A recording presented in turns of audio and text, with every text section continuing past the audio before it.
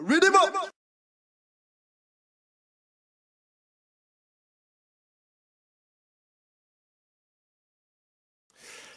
Les amandiers, c'est un petit peu comme les pêchers en fait, ça fleurit jamais deux fois sur le même bois. Ça fait beaucoup de bois sec. Et en réalité, avec le temps, ça monte, ça monte, ça monte. Les parties vertes, le feuillage monte, monte, le houppier s'étale.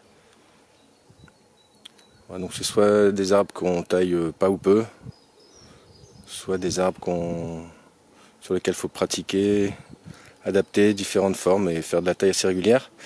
Et une des solutions que moi j'ai mise en place, notamment pour cet amandier-là, c'est une forme qu'on appelle la trogne. Voilà une trogne, donc un tronc à 1,50 m et on gère ça régulièrement, je vais vous expliquer.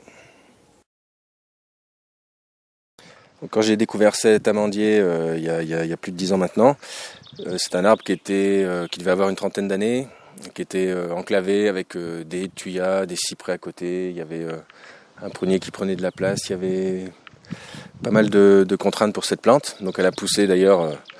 Le tronc a poussé clairement penché. Il y a 10 ans, donc j'ai fait une première intervention qui a consisté à la réduction d'un des deux troncs, parce qu'il avait constitué donc deux troncs distincts. Donc j'ai réduit sur un relais une partie, un relais vivant existant.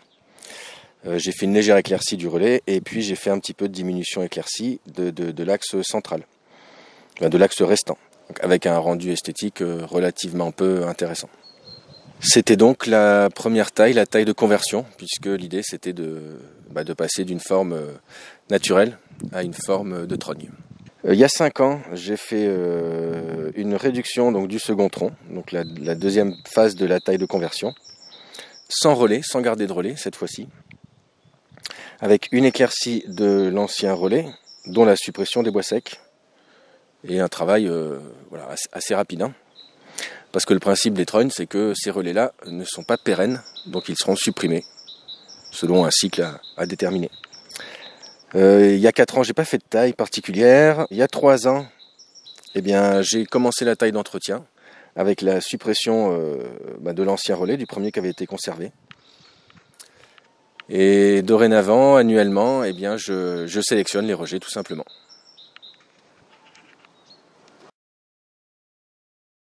Donc en l'occurrence, cette année, je vais supprimer le plus gros ici. Alors soit je le diminue, soit je le supprime entièrement, on va voir. Le petit derrière, je vais le garder. Et puis ce qui est assez nouveau, c'est qu'en partie basse, on a des rejets assez récents qu'il n'avait pas fait au départ. Donc ceux-là, c'est pareil. Je vais les sélectionner, les éclaircir, sélectionner les rejets, prendre les plus droits, parce qu'il y a 2 chemins de tonte de chaque côté. Donc l'idée c'est qu'il ne s'étale pas trop sur les côtés. Et on va choisir plutôt de la verticalité. Bien entendu, comme il est en pleine fleur, je vais attendre qu'il ait fini de fleurir. Et je ferai ça dès qu'il n'y aura plus une fleur dessus, juste après, dans la foulée. Comme ça, il me refera des très beaux brins vigoureux qui porteront les fleurs l'année prochaine. Et évidemment, les rejets qui auront été conservés fleuriront aussi.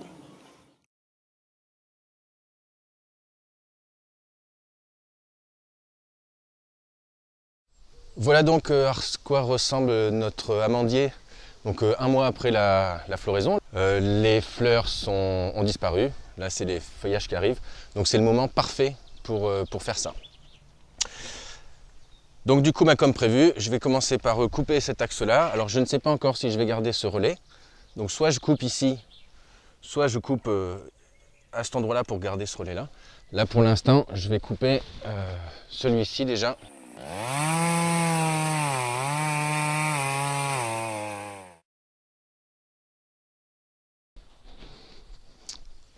Voilà, donc a priori, je pense que je vais quand même le garder celui-là.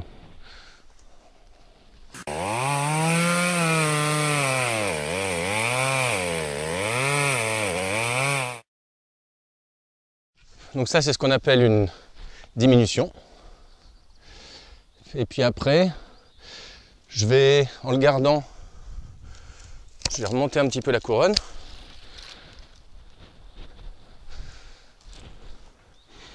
Là, je vais le travailler comme une unité architecturale amandier.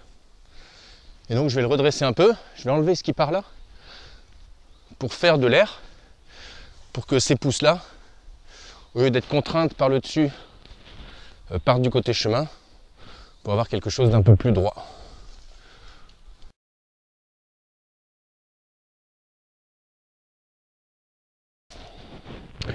Je le fais vraiment par envie, c'est pas une obligation. Je rappelle que ces axes-là ne sont pas pérennes, hein. C'est une trogne, donc de toute façon, un jour ou l'autre, ça sera recoupé ici. Voilà, et puis là, je vais enlever les petits rejets secs, tout ce qu'on séché.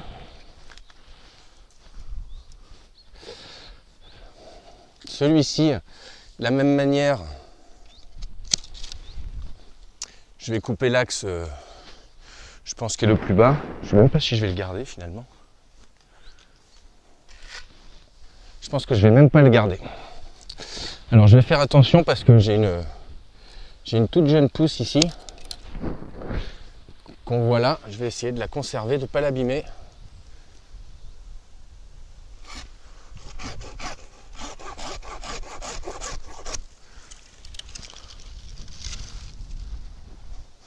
Voilà, c'est pareil, c'était trop penché à mon goût. Donc j'ai une toute petite pousse ici, et bien ce sera celle qui fera la réitération pour l'année.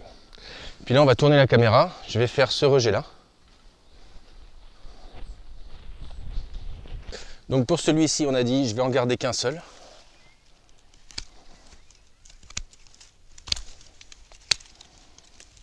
Alors c'est pareil, je pourrais, on va voir, il y en a peut-être un deuxième là qui est intéressant.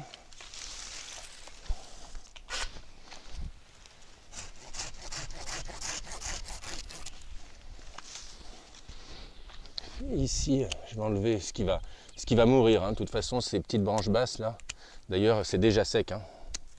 Ça, c'est déjà sec. Et puis celle-là, je ne vais pas la garder parce qu'elle est petite chétive. Je pourrais éventuellement la réduire pour obliger à faire une réitération épitone. Voilà, mais en fait, je vais l'enlever, ça ne sert à rien. Autant que ça reparte du bas. Et puis derrière, je vais venir couper ça. Alors là, c'est pas facile. L'accès n'est pas aisé.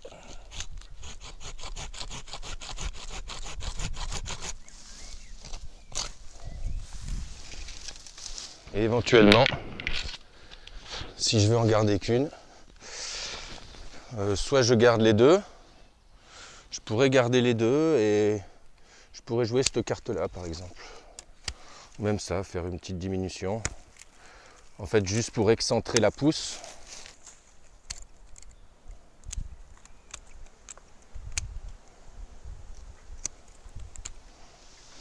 Voilà, c'est pareil. Est-ce que c'est intéressant? Je suis pas sûr. Faut regarder ce que ça donne. Voilà, donc en prenant un petit peu de recul, moi ça me convient. Alors je vais faire une petite chose là, c'est que je vais juste faire une diminution. Alors on est à la limite de la réduction, mais vous avez vu, ça l'a redressé. En fait, c'est pour limiter le poids, pour éviter qu'elle retombe trop du côté chemin toujours. Voilà. Et puis je vais juste faire une petite éclaircie ici.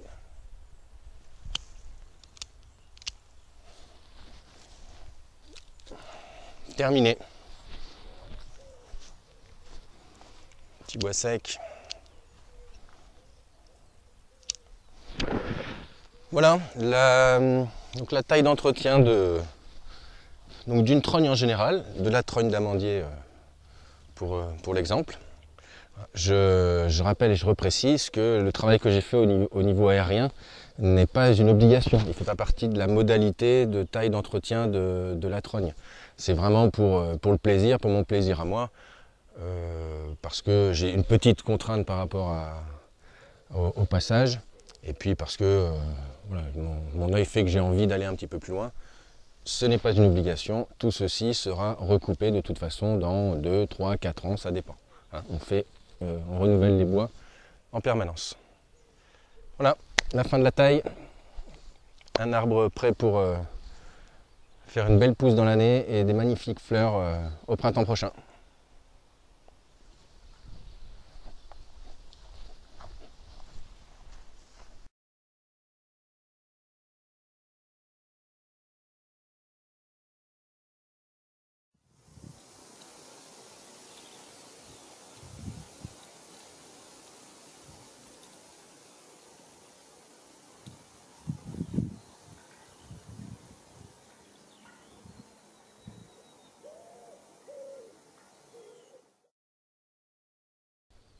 On n'a pas parlé des rémanents, à part une très grosse branche, tout le reste c'est une brassée. Ça c'est quand même un avantage aussi énorme parce qu'on va passer, même pas 5 minutes sur la taille et on va passer à peine 5 minutes aussi à mettre toutes les branches sous le bras et dans un broyeur c'est bien.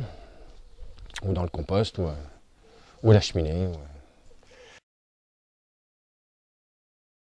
Donc bien évidemment, la conséquence d'une telle taille et de coupe de diamètre aussi important, bah, c'est une pourriture hein, de ce qui a été coupé.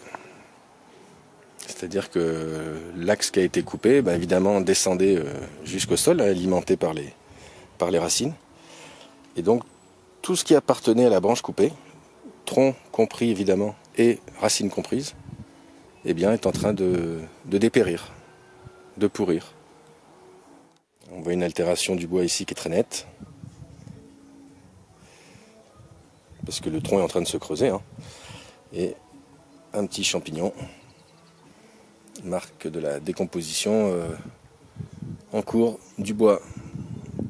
Donc la seule chance de survie de ma trogne, alors sur de l'amandier ça devrait fonctionner. Autant sur ma trogne de saule, ça ne fonctionne pas du tout. Parce qu'elle fait des racines en hauteur. Autant sur ces branches-là, je peux espérer que les rejets, finalement, constituent une bande de bois à la base, et cette bande de bois qui pourrait descendre jusqu'au sol et reconstituer finalement un morceau de tronc. Et à partir de là, si on revient dans 30 ans, eh bien on aura nos brins qui auront constitué année après année une partie de bois, d'écorce, et puis le tronc sera complètement creux.